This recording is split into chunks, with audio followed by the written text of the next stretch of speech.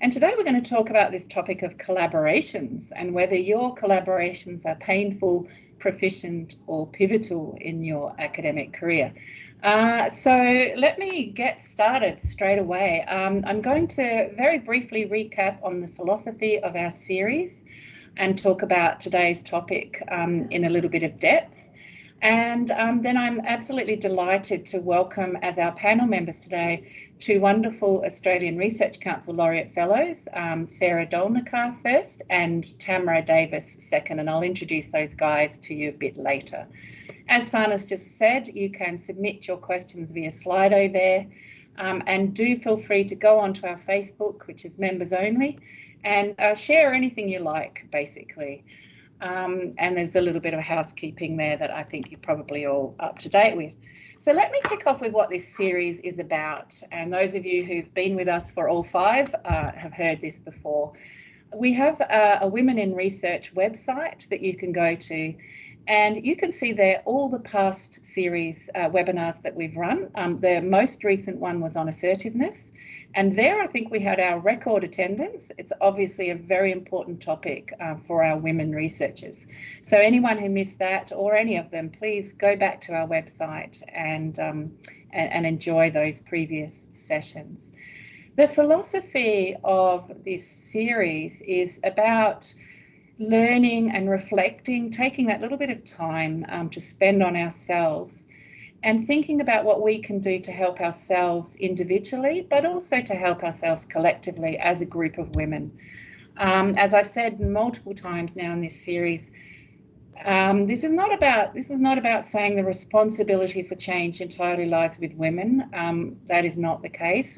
Many of us understand the importance of the systemic and structural factors that shape our lives as women researchers. But the focus of this series is on what we can do ourselves. So we focus on this idea of small wins.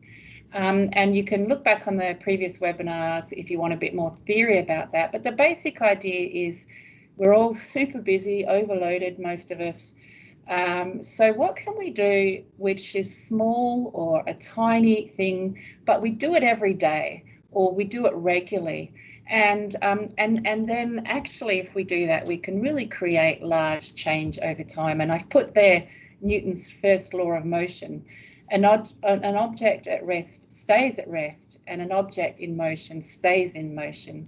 And so the idea here is if we just get a little bit of motion, and the person who wrote the book, Tiny Habits, he talks, I've forgotten his name, but he talks about flossing your teeth. If you literally floss one tooth per day, that little bit of motion just keeps you going, and the next day you do the next tooth, and the next day you do the next tooth. And so what we're looking for with our own practice is just a small thing that we can do that, that makes a difference when it accumulates over time. So I want you to think today as we talk about collaboration, what's one small change in your practice that you could make to improve your academic collaborations? Thank you for sending in the fantastic questions. We've had, again, hundreds, and I'm sure that collectively the three of us today will only probably answer a fraction of those. But do feel free to share in the chat or on Slido your own ideas about those questions and how to respond. Let me start with the fact that collaborations matter, and to some extent I'm stating the obvious here, because you wouldn't be in this webinar on collaborations if you didn't understand that they matter. But there is some research evidence that shows that people tend to be more productive in their research if they collaborate more. But beyond that, I think obviously we're seeing a much more global world, so there's now much more international collaboration. We're often seeing funding pressures for collaboration. So, particularly as you talk about centre applications or larger scale applications, they have to be collaborative. There's no way you will get the funding unless they are. We're often seeing more complex problems in today's complex world, and that it calls for collaboration. And actually, we're often seeing quite a lot of pressure, at the government level down, that universities need to demonstrate evidence of collaboration. So those are just some of the forces that are really making this a more and more important topic. Now, obviously, most of you will have engaged in collaborations to some degree or other, and they really vary. And some of the collaborations I'm sure that you have had or will have in your future are really pivotal for your career. And I just wanted to highlight here one of my favourite collaborations, and this is with Anya Johnson and Helena Nugent there. You can see photos of them. We actually, and Helena led this application, won an award last year for innovation and excellence in research, particularly research having an impact. Helena put together in the application how we've all worked together for actually, I think it may even be as many as 20 years. Many years we've collaborated together, starting from many years ago when I was in New South Wales. I then moved to England and we kept collaborating, and then I came back and we kept collaborating. And it's just been a fantastic collaboration for me, not only in terms of outcomes, but in terms of the pleasure and joy I get from working with these guys. And that's part of the criteria often, isn't it, that we use with collaborations, is not just those instrumental outcomes, but also, you know, the other sorts of outcomes you can get. On the other side of the coin, I certainly have had some painful collaborations, and I'm sure that you all have too. And these are the collaborations where you just can't wait for them to end. Maybe you even end them prematurely, and they are really just painful and even sometimes toxic. Of course, we want to minimize those sorts of collaborations. I think there's also probably, you know, if we think of a normal distribution, most of our collaborations, you know, fall into this category of proficient. So they're good, they deliver what we want, what we need, but they're not necessarily transformational or life-changing, but they are nevertheless, you know, meeting the needs as intended. So how do we increase the number of proficient and pivotal collaborations? And that's what we'll focus on today.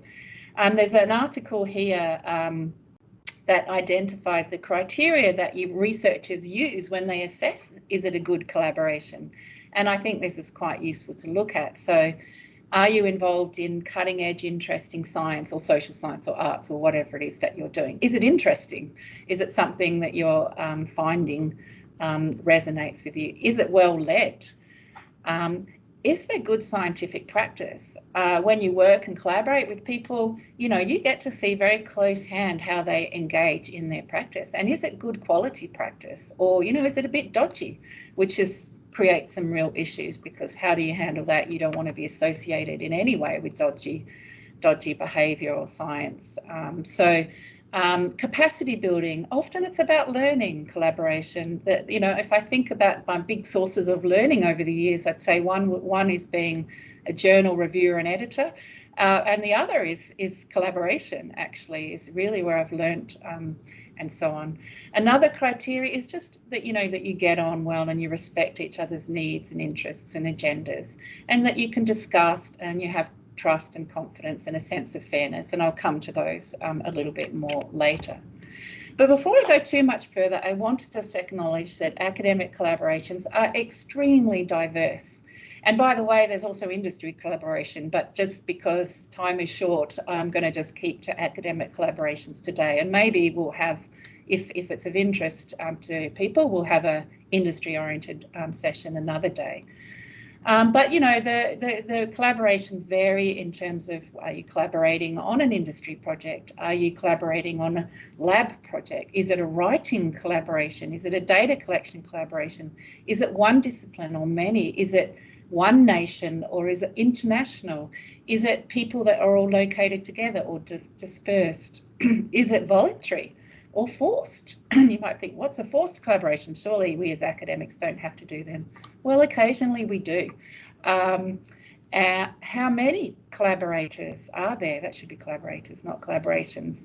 The collaboration between two people is radically different with a collaboration with 15 people. And most importantly also is to recognise there are very different disciplinary norms and behaviours. And so I just want to share this research here, which looked at different academic collaborations across disciplines. And what you can see there, this question, do these researchers mainly work alone with others or a mixture of both? And you can see there in the humanities, 66% are saying they mostly work alone. 7% only in science are saying they mostly work alone. In social science, it's about 30%. So what you can see there are radical differences between science, where collaboration is just about essential in most projects, and humanities, where maybe collaboration is more the exception than the norm.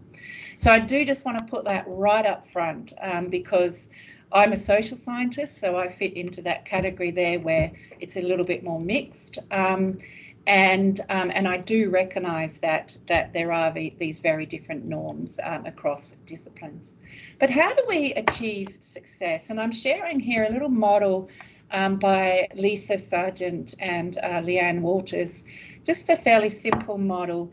And what it first of all recognises around the outside of that model, where it talks about institutional supports and resources and climate, first of all recognises that collaboration takes place in a context, and all those factors make a difference. So the amount of support you've got from your institution, for example, will make a difference. Whether they allow you travel funds will make a difference as to whether it's easy to build international collaborations or not. But I'm going to focus on what's in the middle, and these are sort of the stages of collaboration. And the first thing is, okay, getting a collaboration going, so that initiation phase. And the first thing to think about is, what is your motivation for the collaboration? The motivations can be basically instrumental or intrinsic. So the instrumental motivation is more saying, well, I'm fantastic at data analysis, but I'm really bad at theory. So I'm going to collaborate with someone who's great at theory, and together we're going to create a great paper. So you've got complementary skills or resources that you bring to the project. Or it might be funding. Well, I'm going to collaborate with this person because they've got loads of funding and I haven't. Or it might be you're really under pressure to get more publications, and collaboration can be a way of increasing your publications, or whatever. So there can be these sort of more instrumental reasons. There can also, of course, as I said before, be these intrinsic reasons. You might, frankly, just be lonely. You might just love the bouncing of ideas and sharing of progress with other people. And that motivation is just as important. I think what's important to know when you're going into collaboration is, what are people's motives likely to be? Obviously, if you're there focused on enjoyment and learning, and that other person is just focused on publication and that's it, you know, you're setting up perhaps a little bit of a mismatch right from the beginning. There's another theory, so that what I talked about sort of draws on this idea of resource theory, and, you know, getting complementary resources to achieve your goals. There's another theory called transaction cost theory. And this is really also, though, recognising when you set up a collaboration, there are costs to the collaboration too. And you will know that, especially if you've been in a painful collaboration, that collaborations do take more time. They do sometimes have complexity. And so in any collaboration you set up, you've got to be thinking about those transaction costs and weighing up, you know, whether they are worth it, given your motivation. There is some research, and I've put that paper there by Wu et al. In 2012.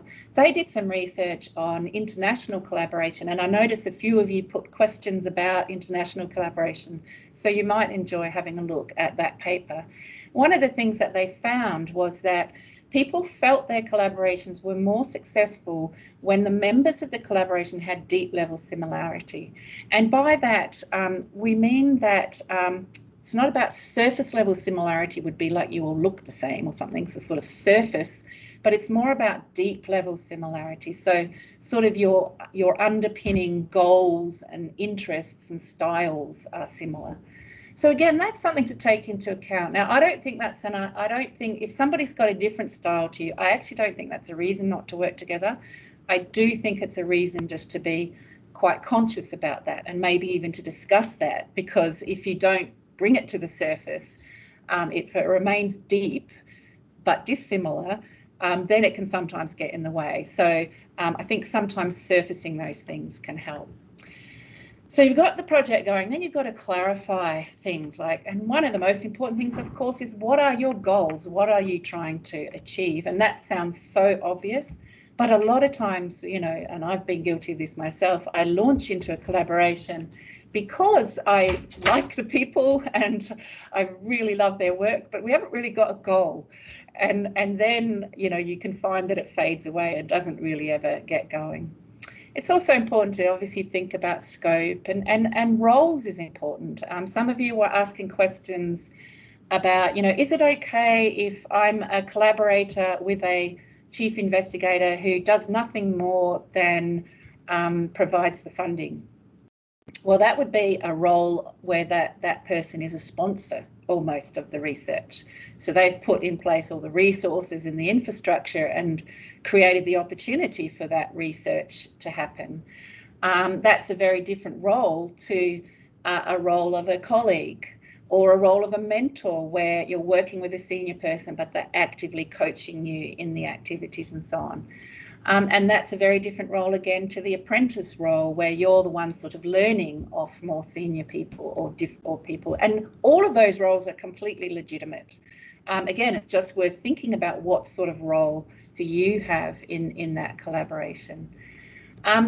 This expectations, what do you expect with this collaboration? This is where people vary. Some people like to be very clear and very formal around this is what the authorship's going to be, this is the outcome, and get it all up front. Some people even like to write it down. Some people are more emergent and fluid, and I think both can work. But again, if you've got a clash where some people are trying to be very clear and formal and almost have you sign a contract, and other people are much more emergent and fluid, we can run into some challenges. I think authorship, personally, I like to get that clarified at the beginning, if possible, at least who the lead is. Who is the person who's going to be the first author and is going to lead this collaboration, because that's the person I expect to do all the follow-up and you know, making sure we're actually progressing. So personally, I like to get that organised fairly early, because I sometimes think otherwise, you know, you can start moving forward on this project and one person thinks they're the first author and someone else thinks they're the first author and it's just not resolved. I think it's good to think about how you're going to communicate as well. The last thing I just want to talk about in the last few minutes before we move on to the panel is different sorts of interdependence. And what interdependence is how you work together. And I think it's really worth reflecting on this when you collaborate with people. So there's three types of interdependence. So the first one is pooled. And this is, as you can see from that little picture there, and you know, you can use the example of a sales team. So you've got a sales team, all the members go out and they sell things individually, and then all of the sales are sort of pooled together at the end, and that's the sort of profit for the month. Or think of a gymnastics team, you know, you've got one person goes out and does something and gets a score, and the next person in the team goes out and gets a score. And then you add them all together and that's the team score. At least some form of gymnastics work like that. Perhaps they all don't. But that's a pooled way of working. And you could think about in a research project, for example, meta-analysis that I was involved in, we might do something like one team member might analyse 100 papers, another team member might analyse another 100 papers, and everyone can just go off and do that. In contrast to that, a sequential form of interdependence is when when things actually need to follow each other. And I think here writing would be a good example. You know, you often can't write the results of the paper until you've written the method of the paper, and you can't really figure out the method of the paper until you've introduced the theory and ideas in the introduction of the paper. So it's a sequential type of coordination, and a sport analogy would be a relay, pretty obvious. And then there's a third form of interdependence, which is just much more reciprocal, where you're working with each other and it's dynamic and things are changing and different people are talking to different people at different times. The important thing here is that these sorts of interdependence require different sorts of coordination. So if you're doing the pooled interdependence, like you're each going off and analysing 100 papers, really what you're focusing on is, well, what's the plan? What's the timing? When does everybody need to deliver their piece by? And that's, yeah, it's okay. So that's, sorry, I forgot where I was now. Sorry. So yeah, so that's the sort of, so all you're really focused on there is probably timing and, you know, the quality of the work that you want to see. If you're doing sequential interdependence, then, you know, there, of course, you can't do your job necessarily until the person before has done their job. So you need to be very planned when you're doing this sort of collaboration. And for example, you need to really communicate clearly what the deadlines are so that you don't get held up by the person before you, because otherwise you get those bottlenecks and you get a lot of frustration and anger. And then, of course, the coordination, if it's more reciprocal, is much more dynamic. And here you might need to meet quite a lot more regularly because you might want to adjust and change the direction. You might want to aim for those richer forms of communication like face-to-face or at least Zoom type of conversations. You might need to expect people to be more instantly available and so on. So as you move forward, you need to think about what sort of interdependence, and it changes, by the way, through the project. So sometimes you have to switch gears halfway through your collaborative project. It's not a one-off though. You need to be prepared. Things go off track and the interdependence can change. So it's really important to do this thing called team reflexivity, which is when you take sort of a moment to say, well, how are we going together as a team? How are we working? Is it working for everyone?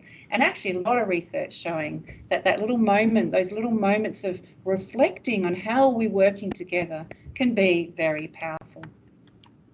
The very last thing, and it's the thing in the middle of this model, is the importance of communication and trust, and that really pervades everything. It pervades all those phases, particularly, and there's two sorts of trust. There's cognitive trust, and cognitive trust is just believing in the competence of the person that you work with, believing that if they say they're going to deliver, that they really will deliver, believing that if they say they're going to do these sorts of analyses, they can do them and they're capable of doing them. So that's one important sort of trust. And the other important sort of trust is this more emotional trust, which is sort of feeling that, you know, you're cared for, people care about you in this collaboration. You can think about, what do you do in your collaborations to boost effective trust? How do you build a trusting environment where people are open and enthusiastic and taking perspectives? And what do you do in your own behaviour to signal that you are a trustworthy member from a cognitive perspective? So I always like to, you know, say that if I'm you know, given somebody's killed themselves over a week or so to, not over a week, over a year or so, to produce a wonderful draft that they want my feedback on, as much as I possibly can, I will try to turn that around really quickly, because to me that's part of this cognitive trust of being reliable. When someone else has worked incredibly hard to get it on my desk and all I've got to do is read it and look over it, that would be an example of creating that cognitive trust. So there's 25 minutes of some tips to help you think about collaboration. If you go over now to Slido, there's a question waiting for you there to tell us about your experience with academic collaborations. And while you're doing that, I'm going to begin to introduce our panel. Sharon, just before we go to our panel, would you be interested in having a look at the answers coming through on the word cloud? That sounds fabulous. Are you able to, do you want me to stop I can sharing? Yep, shall I stop sharing? Yep, you can stop sharing and I'll share Okay. one here. Okay, where's the stop share? Stop share. Can you see that now? No, hang on, I'm still trying to stop sharing, but I can't see where to do it. Stop sharing already. Oh, okay. Can you see? Yep, there we go. Oh, it looks like it's coming. Yay. All right. Thanks, Jess. No worries.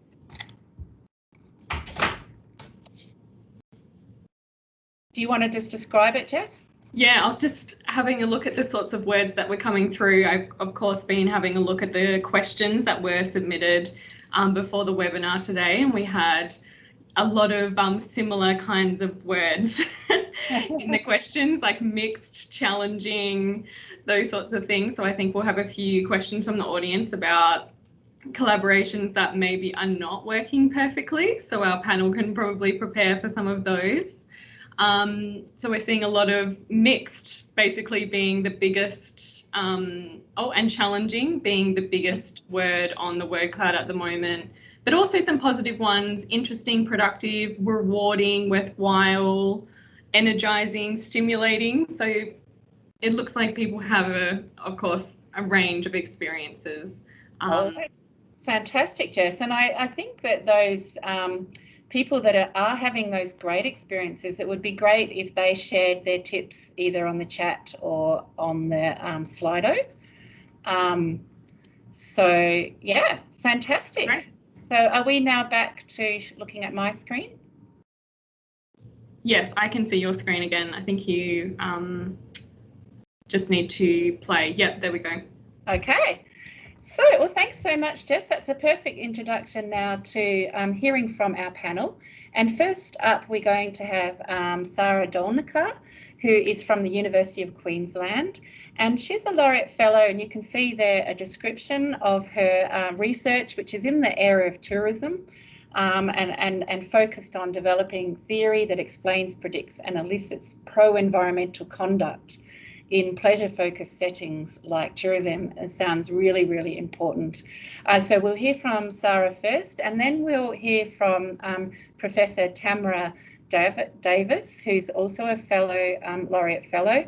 But you can see that Tamara comes from a completely different discipline, which is mathematics and physics. And I love how she is exploring why the expansion of the universe is accelerating. So we have some radically different disciplines represented here. So without further ado, I'd love to hand you over to Sara to hear from her. And I'll stop sharing so that we can see Sara on the screen.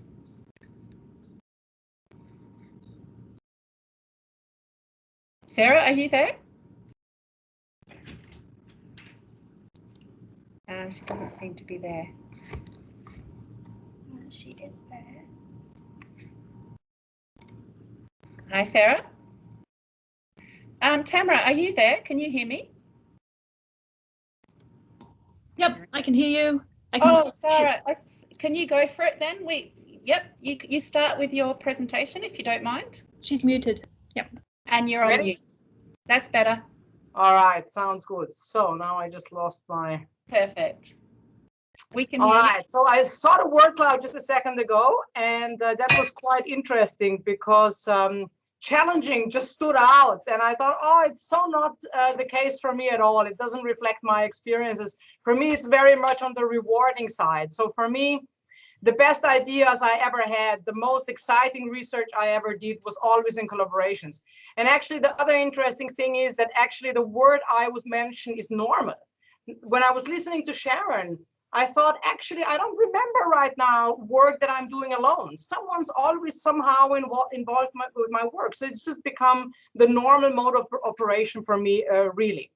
So the best ideas, but also the biggest dramas can unfold in collaborative work. We've already heard about that. So the key is how can we harvest the brilliant ideas without the drama? And it's not easy, and it's always a negotiation, but to me, it is absolutely 100% worthwhile. And I would never, ever give up the collaboration for a bit of drama along the way. Now, I thought I'd share with you my experiences in terms of what makes a collaboration successful. And I think there's two areas. It's about team composition, and it's about rules and clarity of how the rules of engagement work. In terms of team, I work best in teams consisting of a diverse group of people who enjoy working together. So you all know it, right? There's someone in the group and you just don't like them, and it's just very difficult to work with them. So diverse, enjoying working with them, complementary skills is super important. The last thing I need is 5 mini-me's, right? I need people who brings in something to the table that's very different from what I can do. I like working with people who are reliable. I don't like chasing people at all. I like people who are generous. I'm also generous, and that just makes life very easy if we all in the team are generous. Who are critical. I do not need people who read a draft and say, oh, Sara, that's just brilliant work, right? That's really totally useless to me. I need people who will read something carefully and then criticize it, because that's how I can move forward and the collaboration can move forward. I do not like talkers. I like doers, because I don't have time for talking. The day is just too short. There's so many exciting things to do. So I think that's something that I'm quite sensitive to. Also, long emails I'm very sensitive to, because I just can't process them. And I like problem solvers, not problem finders. So I find it very difficult when I have people in a collaboration and the first sentence is always, well, that's going to be difficult. Oh, that's a problem. And it just brings me down. I just think, oh my goodness, so many problems, let's just give up, right? So I think there's a really lovely TEDx talk about improvisation and how you want to always try to say yes and rather than no but, because it's about the spirit of the collaboration. You want to lift it, not bring it down. You want to be a bucket filler, not a bucket emptier. And all of these things I listed now as things that matter to me in my collaborators obviously work the other way. I try to be that person, because sometimes I lead collaborations, but sometimes other people invite me on collaborations, and then I sit back. But those same rules apply to my behavior, because I assume that's the same thing other people would like when they lead teams. And if I am this person, in fact, I get invited back, right? So it's very much in my interest to display all these good collaborative values. In terms of rules, I think there's operational rules, and we chatted about those. Sharon mentioned those already. So clarity about who contributes what, when it's contributed, clarity on matters of research integrity. So we need to know what do we do as a team and what do we definitely not do as a team, and there has to be agreement in these matters. And authorship. Again, Sharon mentioned it. Authorship is always the biggest problem in every group. So I, being a very direct person, I just tackle it head on. Like the moment we start talking about the project or a paper, we just discuss what's the current assumption of who is in and who is out and which order. And obviously this can change. So we need to renegotiate that all the time, because whoever contributes must be an author. And if someone doesn't contribute, they are not an author. We had a few, that's all the questions. Look, all the questions we got from you, all highlighted in yellow, and a lot of them actually asked about authorship. They asked about, you know, someone's just putting their name on my paper. That is actually really not acceptable, right? That is against every rule of research integrity. So if you're going to be an author, you've got to contribute. And then I have pretty strict rules about interpersonal behavior on teams. So that's not about what we're doing and when we're doing it, but it's about how we're doing it. And my rules are no gossip, no bullying, no patronizing other people, no belittling other people, no exploitation. Now you will ask, that sounds a bit weird, but actually there's a lot of that still around. What do I mean by that? I do not expect that my postdocs are my slaves, right? I do not view the PhD students to be the slaves for my postdocs. Rather, we are all one team, and we all have different things to contribute to different projects, and I view us all as equal. That's not always the case. It's not always the case in all collaborations, but I think that's the only way it should be. Any other situation you would want to try to avoid. No free riding is my next rule. That's also a tricky one, because I've collaborated for 25 years now with people, and there has been a lot of free riding in those 25 years. So how do I manage it? I just said to myself at some point, I will not agonize over it. I will collaborate with everyone once. And if you collaborate with everyone once, you know immediately who's the free rider and who is not.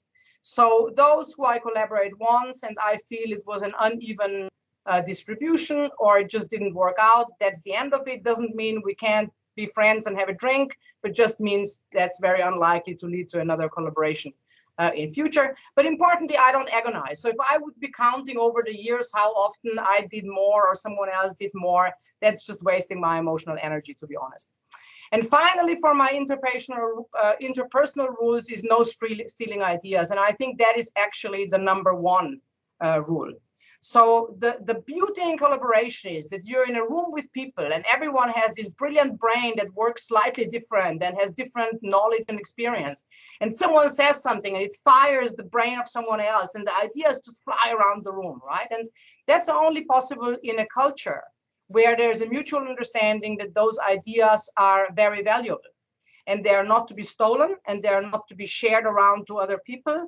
And they are respected. So that is really, really important to me. We are very tempted as academics to be protective of our ideas. We feel, oh, if I say this, someone's gonna steal it. And the moment we have that instinct, that collaboration is pretty much dead, right? Because once we stop sharing ideas, it's just not clear what the purpose is of the collaboration. All right, last comment is it's a long-term game. Like Sharon reported, same experience with me. I have long-term collaborations over 20 years. One of my closest collaborators is from Europe, and that's also a question someone asked, how do you do it across continents and time zones? You know, you just do it. If you enjoy working with someone and you feel it's fun and it's really productive, you just make it work. So still with one of my main collaborators, I Skype twice a week, 7 a.m. in Europe, 4 p.m. or 5 p.m. for me, we just make it work. But it's a long-term game. So the reason this has been such a long-term collaboration is because it worked for all of us, for both of us, and because we were never bean counting, right? We were never on one paper saying, well, actually, I think you wrote 5 paragraphs and I wrote 2. So the long-term successful collaborations just have to take a much bigger picture on give and take. And the way I explain it to my team is like when you go to the pub in Australia. I grew up in Austria, so we went to the pub and everyone bought their own drink, right? But in Australia, you go to the pub, someone shouts around, and then you shout the next round, and it's unlikely that it all evens out on the same night, right? So there's some understanding that over the years, it will just all even out. And I think that's how good collaboration works. Over the years, it all evens out. You will give and take, and it's not the same in the minute. But over the years, it is, and it's well worth investing your time.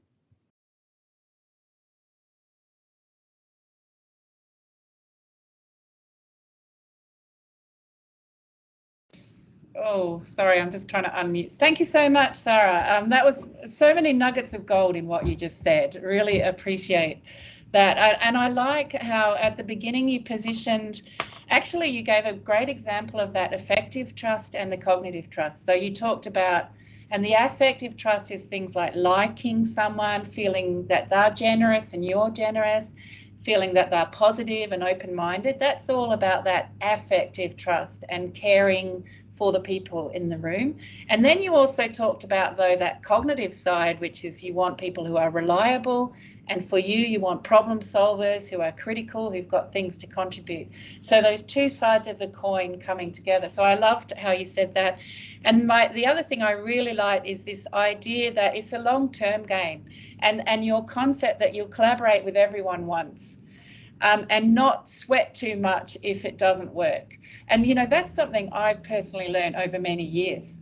I mean, when I was much younger, I sweated and, angst over these things so much more. Now I'm just like you. I'm a bit like, yep, it's not working. Never, I'm going to finish this and then never again. And that's really the end of it.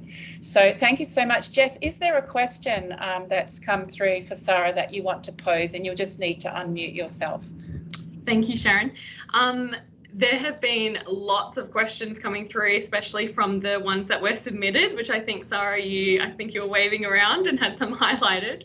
But I actually wanted to ask you, I know you were talking about that you would collaborate with everyone once, but would you have any advice on maybe identifying some red flags that maybe were some signs to not collaborate with someone even for that first time?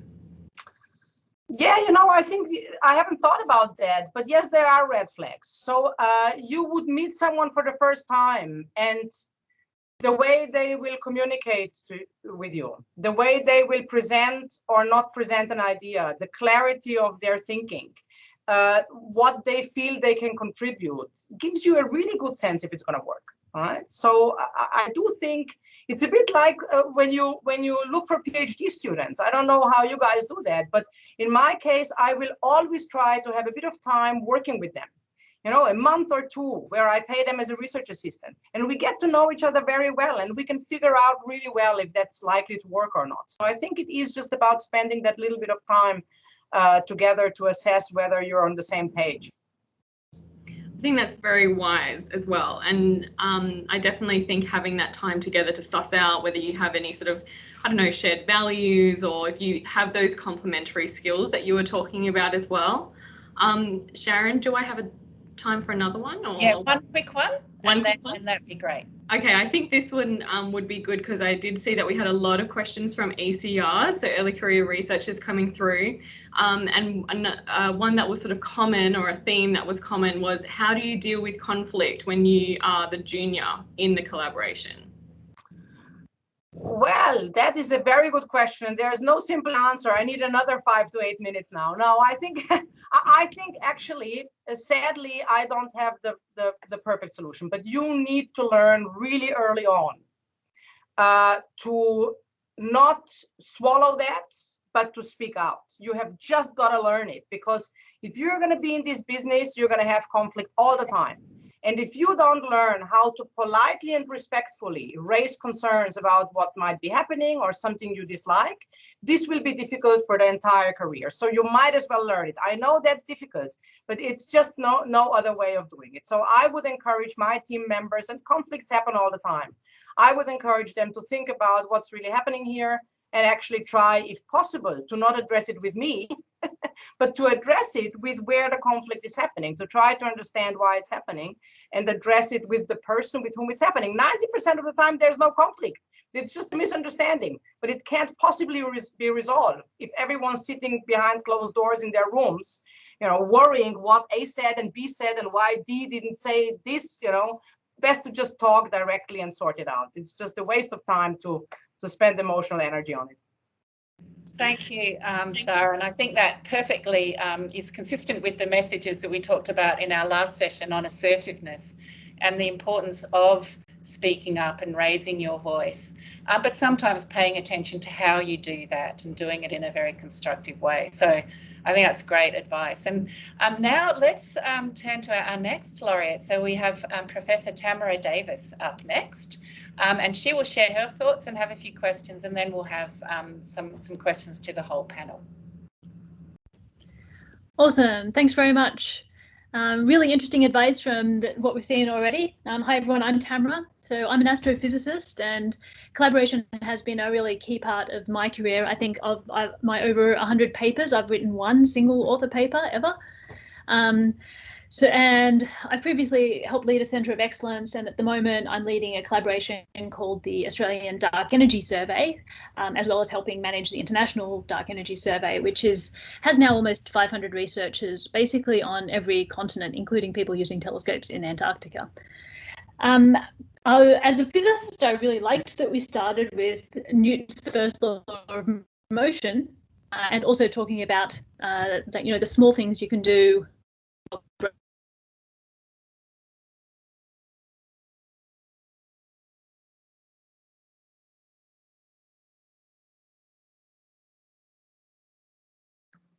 Hi Tamara, are you still there? It seems you're frozen. Can you hear me? Yes, Yeah, we can hear you now. My internet was working perfectly until I started to have to talk, and then I've started to drop out. Can you see me? Yep. Okay, I'll keep going. Hopefully this remains stable.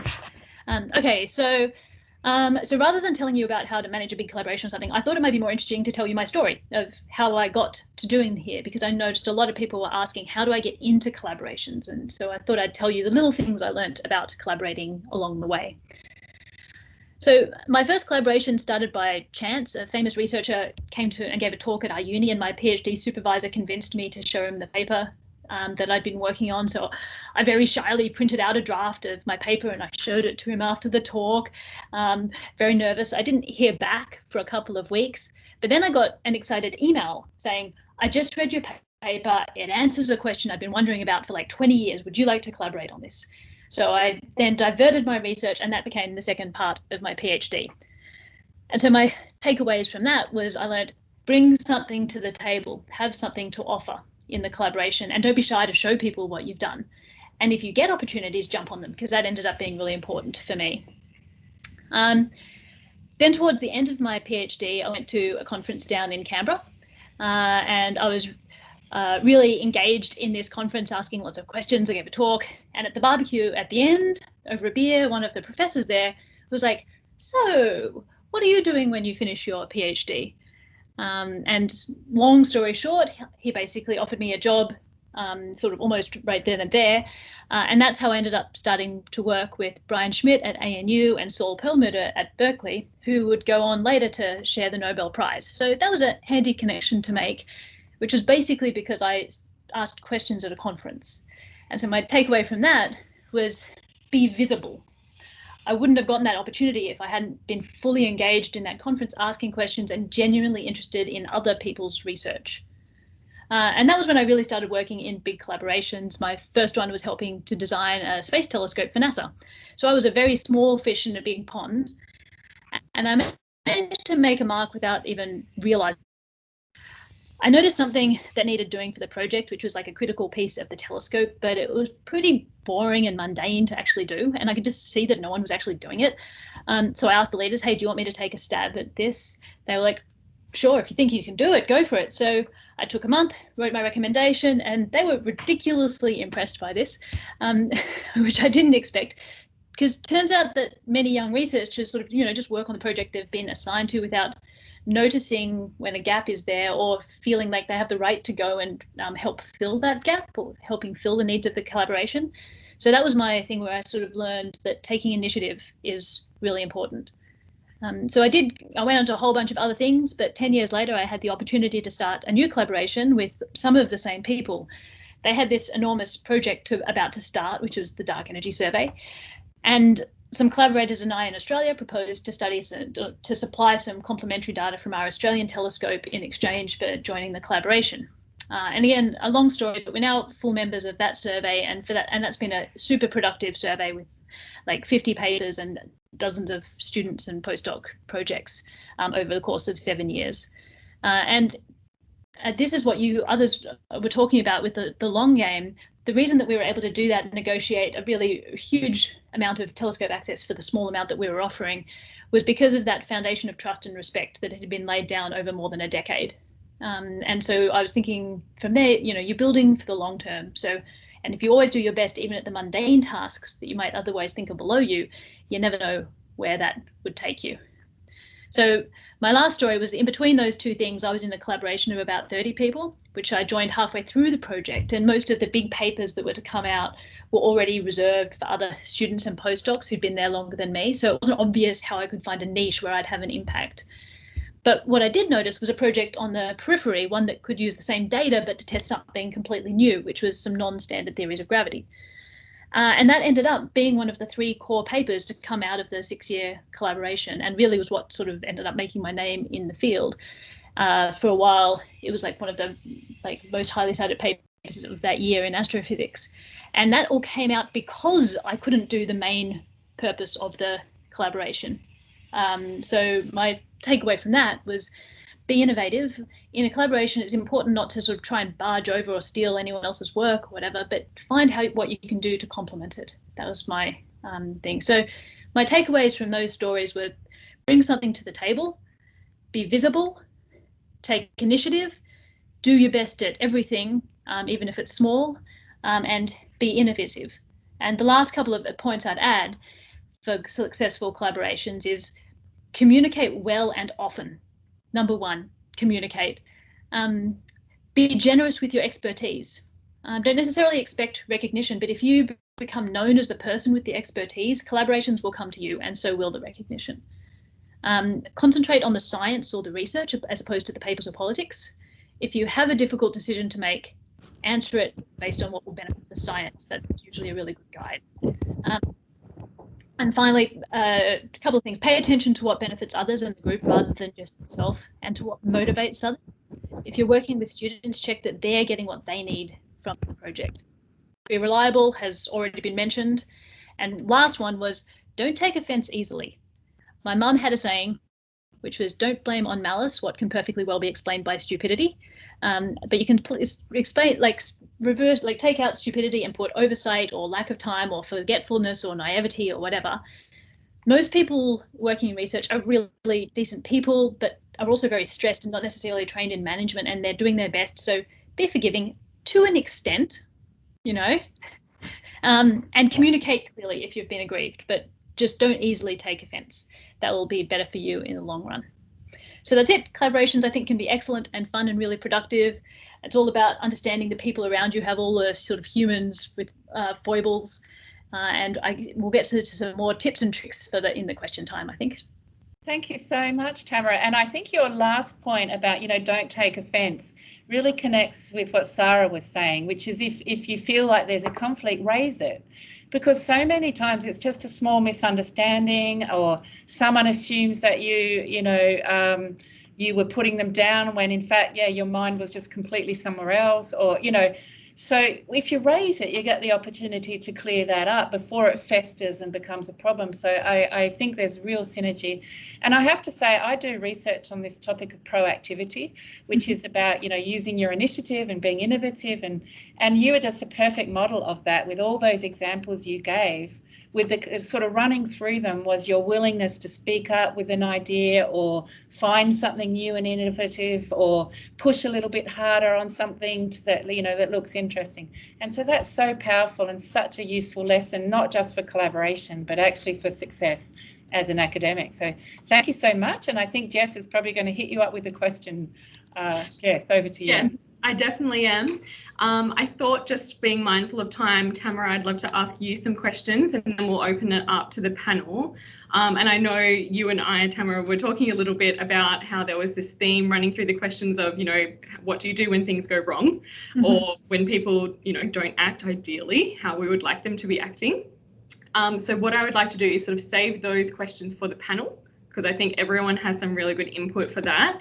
But for you, I really wanted to go back, because I think there's a really good ECR perspective on, like bringing something to the table, because I think that was something else that came through in the questions where ECRs were sort of wanting some advice on, like, how do I bring something to the table and what does that thing look like? And also maybe a little bit more about, reassuring ourselves that we have something to contribute, and how do we contribute that? Yeah, well, from my perspective, in each of those steps, I didn't really realize that the thing I had to contribute was valuable, to be honest. Like when I had that draft of the paper, it was the first thing I'd ever done. I was like, I'd worked really hard at it, but I didn't know whether it was going to be useful. But I put it out there and I said, is this useful for something? And it was. And all of the things, like, I guess the things in my story, every step, it was just a really small thing. And I remember actually thinking during my PhD and just being completely baffled, how do you come up with original ideas, and like, how do you design a project and figure out what to research? And I just couldn't understand. But then every little point, it was just every tiny little thing. I was like, oh, that little next little tiny step is something that I can contribute. And it sort of ended up naturally until I came to the point where I was like, oh, I have all of these ideas of things that could happen. And so that sort of just happens organically. But the things that you may have to contribute are sometimes time. Like if you just have your time and your experience and like maybe coding skills that you need, or for physics and stuff like that, or some mathematical skill, or some skill is also things that you have to contribute as well. Thank you. I think I saw Sharon nodding furiously when it was like time as well. I think that is true. Often I think you're right, though, that sometimes early careers get really focused on, am I smart enough, and is my idea good enough? The reality is, if they're willing to work really hard and put the time in, that's a contribution. That's a really important contribution. And I think you can always start there. So yeah, I would say try and lower your bar and just get stuck in and get involved, and usually can make a big difference that way. Yeah, you don't have to be a perfect contributor, but just showing up and doing stuff can be really good. Yeah. Okay, so we'll open up to the panel. So Sharon and Sara and Tamara as well. And I think spending the last few minutes of our session today, just some advice on what do you do when things go wrong? How do you leave a collaboration when it's not working, or how can you turn it around when things have gone a bit sour? Tamara, you start, and then Sara, if you want to come in, that would be great. So ideally, you try and hit this before it turns really sour. And that comes down to that communication, again, really early on, and the understanding each other's perspectives and ground rules. So when I'm working in enormous collaborations, so the many hundreds of people, we have really clear rules about publications and stuff like that, and who gets authorship. It's all written down, and we try and indeed that the key science results that come out of our collaborations don't have a first author. It's just alphabetical. It's written, the survey name is the first author. But making things like that clear from the beginning are really helpful. And the one thing that I was thinking on this is make sure that you have a mentor, because all of these situations can be very individual and it's really hard to give blanket advice. But my blanket advice would be communicate early and express this before it becomes a big problem. Have a mentor who you can talk to and bounce ideas off. Say, was this reasonable? Like this action that was taken? Be somewhat forgiving. People are not usually trying to be mean, but sometimes they just do things inadvertently. But go ahead and call that out and say that's not good enough. We need to do better than that. So, but communication and finding a mentor are my two probably. Sara, do you want to jump in? I don't have terribly much to add to that. I was just thinking, did I ever exit? It's been a long time since I had to exit a collaboration, but that's actually relatively easy, right? It's if you're really uncomfortable, it is possible to say, you know, actually, I don't think my expertise is required here. Maybe you might want to find someone else. And sometimes that's the best choice, right? Sometimes you just need to cut your losses and say, look, that's not going to work. But it hasn't happened for me for a long time, because I think it's all about getting to know people and knowing what you get yourself into, right? So choosing who to marry is better than divorce. And I think I could just add, I think I've walked away from one collaboration, I think, in my career. And that was actually hard, though, because I think it was really my idea that was central to the project. But the collaboration was so dissatisfying, I made the decision, which turned out, it was hard at the time. It felt like, oh, big deal. But, you know, in hindsight, I look back and go, look, life is too short.